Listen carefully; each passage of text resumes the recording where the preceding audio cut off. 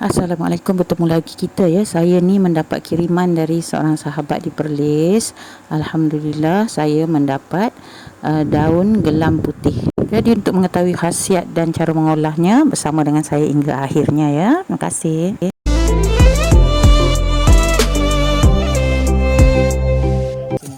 Baik, adik yang mengirim ni namanya Hairi. Di kampung dia di Kanga Perlis, katanya ada banyak pokok ni dan dia mengambil gambar menunjuk kat saya dan saya dapati ini adalah dari spesies gelam putih.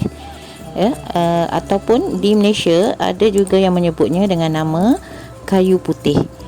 Tapi ya, untuk pengetahuan, kayu putih yang dijual kebanyakan di online store dengan label eucalyptus adalah tidak sama dengan kayu putih yang asal usulnya gelam putih. Kita boleh kenal pasti berdasarkan bijinya tu dan juga berdasarkan urat daun serta batang pokok. Sebenarnya kayu putih dari spesies gelam putih dan juga kayu putih dari spesies eucalyptus adalah dari keluarga yang sama. Ini saya paparkan sedikit maklumat saintifik untuk kedua-dua tumbuhan tersebut. Baik, kalau kita tengok perbezaan carta di atas ya, sama ada kayu putih yang bernama eucalyptus ataupun kayu putih dari genus Melaleuca, kedua-duanya adalah dari family dan order yang sama. Sebab itulah banyak orang keliru sama ada gelam putih ni kayu putih yang eucalyptus ke bukan, tapi sebenarnya bukan dari segi spesifiknya ya.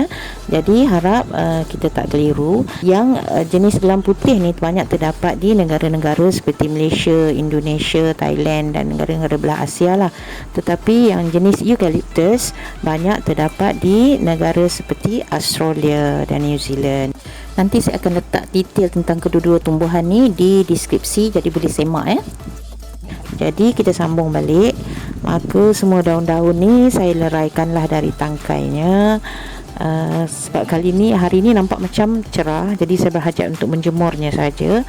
Jadi kata si Hairi bahawa bijinya tu nanti boleh disemai, jadi saya akan cuba semai lah. Saya meleraikan semuanya, masukkan ke dalam talam. Talam tu plastik, jadi saya lapik sedikit dengan tisu dapur supaya plastik ni bila kena panas dia akan bertindak balas. Jadi saya tak mahu ada kesan sampingan, maka saya lapiklah semuanya, kemudian saya jemurlah. Lepas jemur nanti bila dah kering kita akan proses mengikut kesesuaian. Okay, jadi inilah dia ya. Alhamdulillah dah kering dah selepas 3-4 hari cuaca kejap panas kejap hujan. Jadi kita nak tahu bahawa proses kita kering tu dah cukup betul. Kita patah, kalau dia patah bermakna dia dah cukup kering. Kalau dia tak patah, liat tu bermakna masih ada lagi unsur-unsur air di dalam daun tu. Jadi macam ni kita dah boleh proses lah, sama ada kita nak buat proses panas ke proses sejuk, dari sini dah boleh dah. Tapi saya hari ni saya nak buat dua, iaitu saya nak panaskan sekejap dalam 1 hingga 2 jam dan lepas tu saya simpan sejuk dalam 2 minggu. Sebab saya tak ada urgent nak guna minyak dia. Okey, terusnya. Okey, jadi ni saya akan ramas sedikit, nak bagi ikan saiznya kecil sikit sebelum saya masakkan dia bersama dengan minyak.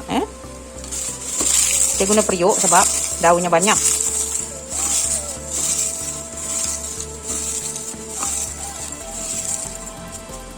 Sedap bau dia. Macam yang saya cakap tadi ya, jangan confusekan, jangan keliru perbezaan antara minyak kayu putih Malaysia daripada pokok gelam putih dan minyak kayu putih yang banyak dijual itu eucalyptus. Walaupun daripada keluarga yang sama tapi spesies yang berlainan. Ini yang kita punya kayu putih, iaitu dari pokok gelam putih. Dia punya batang pokok pun hampir sama, dia punya bau pun hampir sama ya. Yang membezakan eucalyptus dengan gelam putih ni ialah kandungan minyak yang ada di dalam tu ada sedikit perbezaan. Tadi saya dah terangkan, jadi saya harap fahamlah penerangan tu ya. Jadi ni kita ramaslah terus sampai habis. Lepas tu periuk ni nanti kita akan masukkan di dalam satu lagi periuk yang mengandungi air mendidih.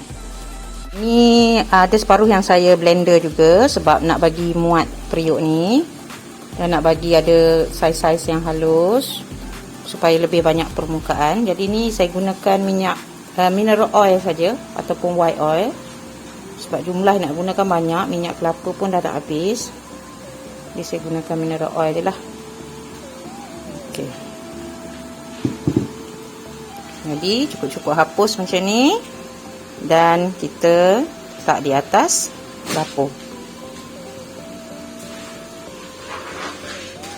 Okey, ini periuk air yang dah dipanaskan lebih awal. Jadi saya hanya letak periuk ini di atas periuk air macam ni. Okey.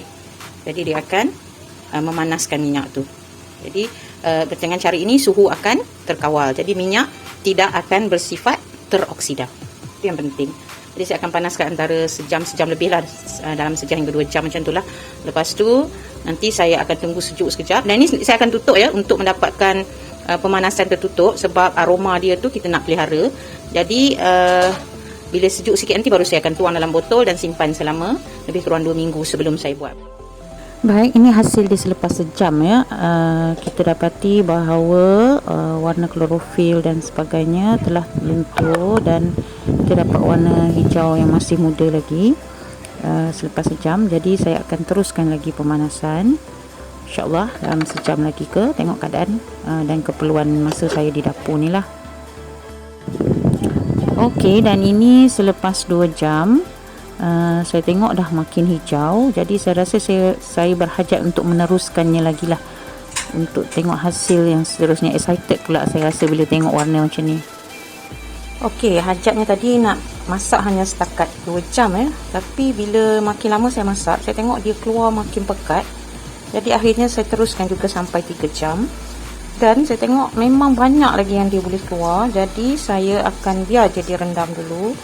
Mungkin lagi seminggu macam tu, supaya keluar habis semua. Boleh tengok ni memang hijau betul dia keluar.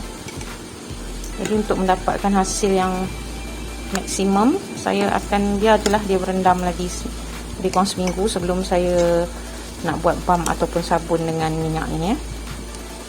Jadi saya rasa perkongsian saya ni sampai di sini sajalah ya. Saya sangat berterima kasih kepada adik Hairi yang telah memberikan saya daun gelam ni, yang memang saya memang nak sangat sebenarnya untuk buat minyak daripada daun gelam putih ni. Dan alhamdulillah hari ni dah pun dapat hasilnya.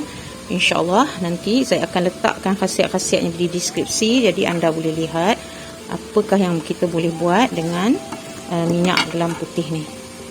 Memang pekat betul warna dia sekarang ya. Boleh tengok ni.